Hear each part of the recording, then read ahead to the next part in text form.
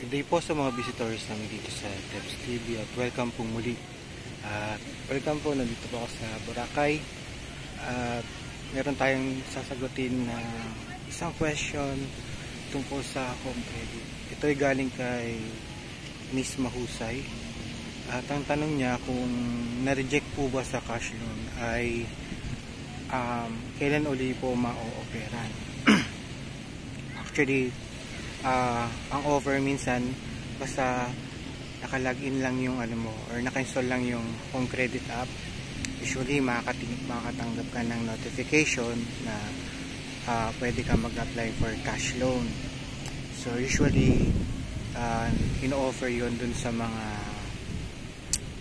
meron ng gadget loan na nabayaran at minsan tumataas yun kung manari first, second, third or fourth cash loan mo na. So yun ang gagawin mo lang, mag-aantay ka lang uli ng offer, pero it doesn't guarantee na ma-approve ka sa cash loan mo. Offer pa lang yun, pero magsisend ka pa rin ng mga documents and baka may tumawag sa'yo for CI para ma-approve ka. Pero sa experience ko, walang definite time para